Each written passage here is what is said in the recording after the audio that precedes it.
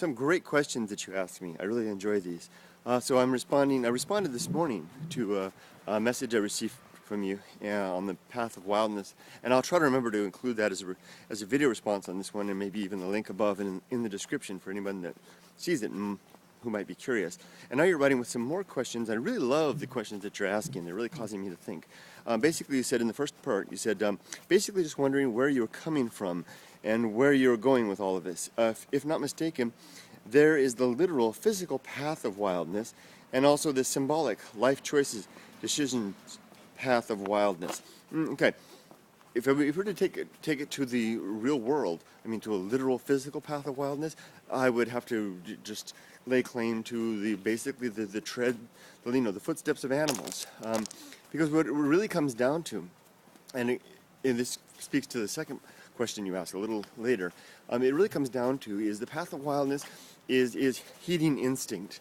It really is as bare as that, as essential as that. It's action through life in accordance, or at least mainly guided by what I call our first inclination. And I believe our first inclination is typically one that is thrown up through instinct, and that is the programming in our brain that has been born into it, put into it through the countless generations of ancestors that have had mistakes and trial and error, and the survivors are the ones that gained the experience and passed that on to their children. And I think there's some value in heeding that. Not all the time. That's why I say I don't claim or suggest that, or we even want to live a life on the path of wildness all the time. And for me, it's more like having a distraction, and this again speaks to the second part of your question. The second question, it is to me a recreation almost. It is a joy and a pleasure and not a distraction, a little bit of a distraction, but it is a diversion in life. Heeding my instincts, and allowing my feet to fall freely at the marks and the points where my inner guide is telling me to go. And I have a lot of experience with that as an outdoor, for lack of a better word, an adventurer, as demonstrated in that first video, the path to wildness, where I simply was wandering about in those abandoned wastes without really knowing where I was going, and having a great old adventure, reliving thoughts and discovering things and getting tangled up and making mistakes and having fun. And so why would I choose this then? Again, coming back to the second part that I haven't even read yet, it's because it's a heck of a lot of fun. So let's go on and read the second part here.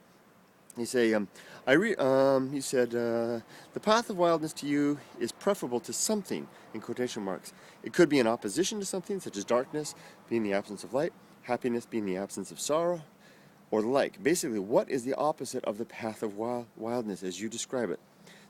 For me, the opposite of the path of wildness is the safe and sane, the path of reason, of consideration, of caution, of responsibility, of fortitude, of setting and achieving goals in spite of challenges and difficulty. All good things, all wonderful things. These are valuable qualities. I wish I had more of them, but in my own life, these things tend to find my life a little dull if I live myself, strictly by that. And some people find diversion within the structure of what they've created through releases such as sports or hobbies or activities like going to the movies and things like that. These are all sanctioned activities. To me, those things have always left me wanting. It just doesn't quite cut the mustard for me.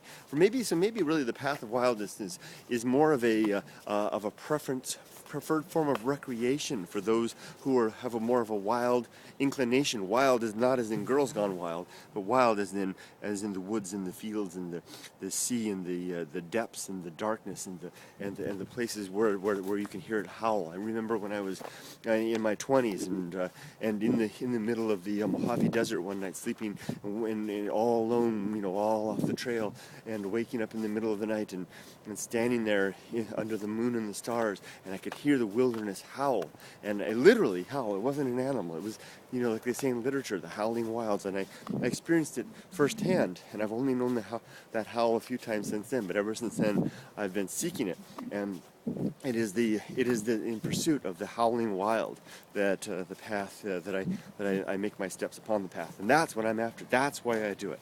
So did I miss anything here? As you described it, the path of wildness to exist could be dependent could be dependent on its opposites. Anarchy would not be anarchy. Well, that's not. Yeah, anarchy would not be anarchy if there were no such thing as order or authority. Yeah, I think it comes down to what we were just talking about with regard to the safe and sane, the tried and the true, the ordained path of life. You know, every culture has its ordained, and I intend and deliberately choose that word. It is the word. It is the lifestyle that is sanctioned by our society. Allows. I'll just read this. There's a bullet train. Perhaps this framework applied to life choices and decisions allows for the making decisions without as much accountability for those decisions. Within this framework, one can justify. Hold on, did I get it right?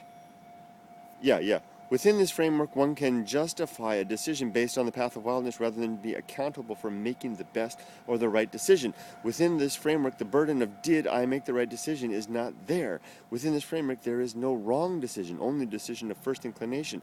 Let me read this again. I'm having a hard time with this. Perhaps this frame, like I said before, a lot of thoughts or big thoughts sometimes confuse me.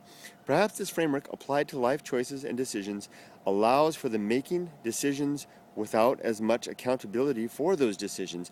I think I get that. Within this framework, one can justify a decision based on the path of wildness rather than be accountable for making the best or the right decision.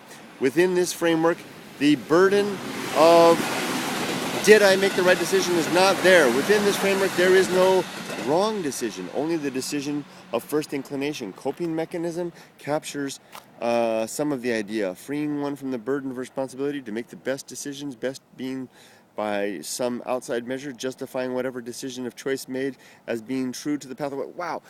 I gotta tell you, this is I'm having a rough time with it. This is more than my brain can get around. I think you've nailed it there, right? In terms of freeing ourselves from freeing ourselves from the responsibility and the accountability, the consequences, in a way, to a degree, it's a greater or lesser degree depending on the life that you chose. I almost chose the life of an ascetic hermit, and if I had done that, then I would have basically held no accountability, or very little accountability. I would have basically, because I would have been accountable to myself only. As a father and a husband and a member of society, a tax-paying member of society, I do not relinquish those responsibilities, and in fact, I do not wish to do anything that is contrary to them, despite my desire to walk on the path of wildness. That's why I describe it as more recreational than anything else, but it could be more than that.